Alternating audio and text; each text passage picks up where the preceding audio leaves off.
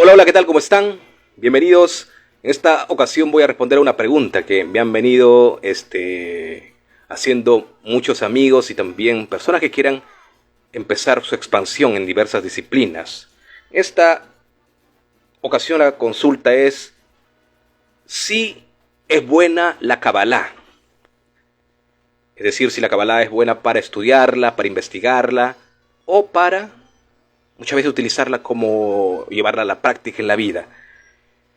Para este punto es importante distinguir entre la Kabbalah teórica y la práctica. ¿Ya? La Kabbalah teórica, por ejemplo, yo les recomiendo que puedan estudiarla como investigación, no como un dogma. Por ejemplo, vemos que en la Kabbalah se asocia a los 5 libros de Moshe. Está fundamentada desde la idea religiosa, está fundamentada a los 5 libros de Moshe, pero Kabbalah simplemente significa recibir, recepción. Tú puedes investigar desde diferentes enfoques.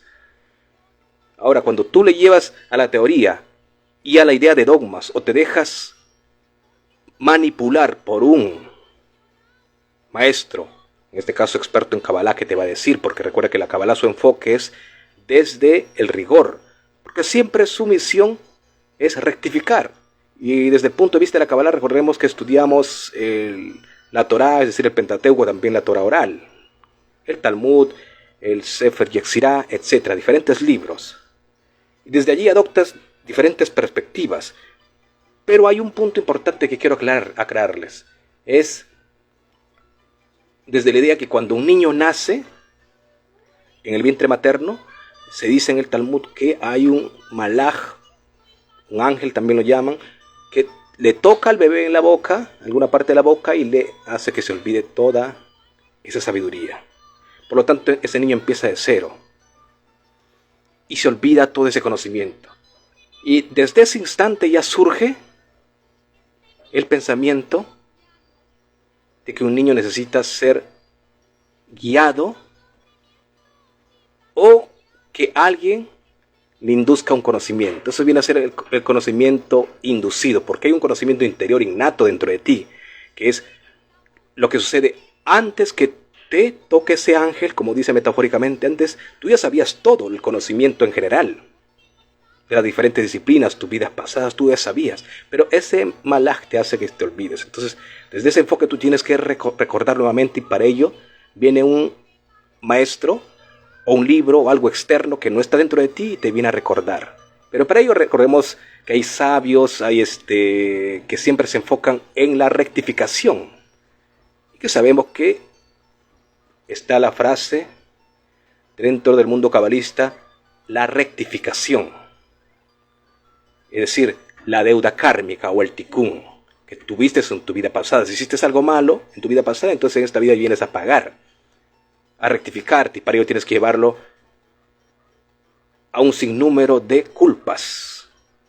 Si nos vamos a la astrología cabalística, ejemplos, hubo una persona en cierta ocasión que me dijo que el astróloga le dijo que en su vida pasada, ya que ya tenía una cierta carta astral, en su vida pasada había hecho algo malo, y por ello le estaba viniendo esas adversidades en su vida reciente. Ella creyó. Recordemos que dentro de la metafísica creer es crear.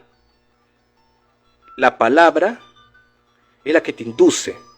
Tu mundo interior crea tu mundo exterior. Si te siembran desde una idea externa que tú tienes una deuda kármica, entonces de hecho que tú vas a creer y vas a llevar en tu vida. Vas a muchas veces a empezar a alimentar a esa energía de rigor, y se va a plasmar en tu vida. Y por lo tanto, tú tienes que desde ese enfoque anclarte en el nivel Yehidá, conocido en la Kabbalah como la quinta dimensión. En la Kabbalah es Yehidá, y en la metafísica la quinta dimensión, física cuántica, donde sabemos que todo fue ilusión, todo es solamente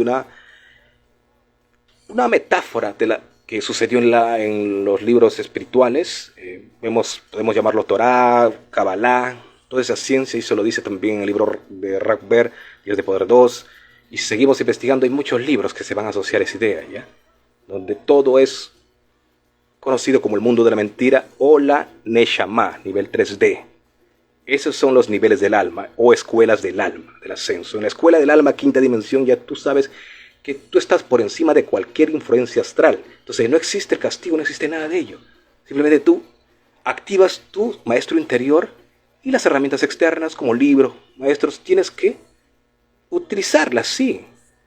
Pero sabes que la verdad es libre de culpas, libre de dogmas, porque entiendes que tú no viniste a pagar ningún ticún. Estás libre de ellos. Entonces, en este caso, la Kabbalah teórica lo tienes que llevar como mi recomendación nada más, como una investigación, pero liberarte de aquellos dogmas que tú tienes que rectificar, que tienes que aquellas culpas en tus vidas pasadas. Recuerda que cuando hablamos de quinta dimensión es el ahora, versus la 3D o Neshama, niveles del alma, es pasado, presente y futuro, se divide en 3 tiempos. La Yehidá, quinta dimensión, ahora, no existe el pasado. Por lo tanto, tú estás vibrando en esa dimensión de la armonía, de la unidad. No hay culpas. Ya, por lo tanto, le recomiendo desde la teoría, la Kabbalah teórica, solamente investigarla, estudiarla como herramienta para expandir conciencia, tal como la Kabbalah menciona. La Kabbalah menciona que la Torah abarca todas las disciplinas. Es el pensamiento más avanzado. Tú puedes estudiar el camino del Zen, que es una ciencia basada en el hinduismo y el budismo, pero más refinado ya, en donde sabemos que desde ese enfoque no hay un Dios que te anda solicitando o controlando tu vida o enviándote castigo. No existe ese tal Dios, porque ese Dios eres tú, ese fractal del todo, de la conciencia cósmica. Tampoco hay un libro específico que esté determinado para ti como un dogma, sino que todas las ciencias son importantes para ti. Desde allí tú vas tu evolución. Entonces, desde ese enfoque de quinta dimensión no existe el tikkun. A partir de dimensiones más bajas, inferiores, donde están el tikkun astral, densidades bajas, allí está esa idea. Porque la persona todavía no ha evolucionado, por eso no entiende y se deja guiar por su maestro, por un libro, y cree que esa es una verdad absoluta, sin cuestionarlo. ¿Ya? Ahora, pasamos desde la Kabbalah teórica, que le recomiendo nuevamente estudiarla como para investigar y expandir conciencia, pero no como un dogma. ¿Ya? Ahora sí nos vamos a la Kabbalah práctica. Hay que diferenciar por eso Kabbalah teórica con Kabbalah práctica.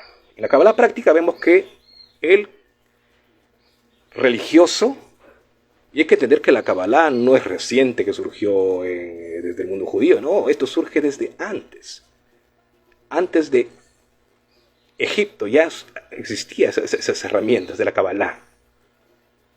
Hemos visto en videos anteriores que el mismo Abraham es el Akeratón, el faraón Akeratón, que él también leía los salmos, utilizaba estas herramientas. Y si nos vamos a imperios anteriores a ellos, también lo utilizaban. Eso sí es tema de investigación, pero lo que quiero llevar es en el tema de la práctica. La Kabbalah práctica está fundamentada en los 5 libros de Moshe. Entonces el que lleva la práctica, de hecho que tiene que llevar ciertos dogmas, rituales. Están los rituales, por ejemplo, de los rezos que se hace el Shaharim y Hayarbit, ese está en el Sidur. Es un libro de repetición, ya donde están 80% salmos. Ahí dentro de ello vemos que están las maldiciones. También en los rituales de las festividades. También tienes que llevar ciertas dogmas donde, por ejemplo, algunos grupos cabalistas matan un gallo en Yom Kippur para que esa entidad lo perdone de aquellos daños anteriores, ¿cierto? O tiene que hacer un rezo, un ritual específico o un amuleto utilizar para que esa persona sea salvada, sea protegida, etc. Pero esa es una idea desde, como les reitero, desde niveles de vibraciones bajas. Entonces, si nos vamos al tema de la Kabbalah práctica, están las maldiciones, la muerte de animales, el Sidur se asocia a todas las maldiciones y también bendiciones. Es lo mismo que hacían otras culturas, las culturas anteriores de otros países. Lo hacían también la cultura inca, la cultura azteca, mataba animales, también en sus rituales utiliza maldiciones para hacer daño a otros. Recuerda que en En la dimensión más elevada tú ya no necesitas vengarte de nadie. Simplemente vivir en armonía. ¿Por qué? Si siembras en el ahora esa armonía, ese amor, esa unidad, de hecho que el cosmos te va a responder como una vibración. Porque tú eres lo que haces, no lo que dices. Hay que entender esa parte. Entonces, la cábala práctica no lo recomiendo, porque es lo mismo que hacer brujería, tal como hacen los chamanes, para vengarse, para destruir, porque cuando tú hablas, recuerda que la palabra es sagrada. Si tú hablas, creas entidades o egregores. Eso mismo lo dice el Talmud. El Talmud dice, la palabra bien utilizada crea ángeles positivos. La palabra mal utilizada o maldiciones, ángeles destructores. Entonces, ¿qué quieres crear tú con tus rezos? Pero ya vemos muchos sabios, en este caso el Ari, el Kaplan, Nachman, ellos utilizaban estos rezos como maldiciones, pero ya como ejemplo tú ves su historial, cuántos años vivieron estos personajes. Ellos mismos crearon sus realidades con su pensamiento, sentimiento y acciones y palabras, con esas vibraciones que ellos emitían al universo. Vivieron un mundo de tiempos de caos. Pero si tú quieres ya empezar a vivir una armonía, libre de esa cárcel de la Kabbalah práctica, empieza simplemente a pensar en positivo, a actuar en positivo. La acción es importante, la palabra que sale de tu boca, siempre luz, siempre palabras positivas, no maldiciones. Porque recuerda que estamos en la conciencia del uno. Si tú maldices a alguien, entonces estás pensando que estás dividido. ¿Cierto? Eso es mi recomendación. No a la Kabbalah práctica, pero sí a la Kabbalah teórica como una investigación para expandir conciencia. Saludos.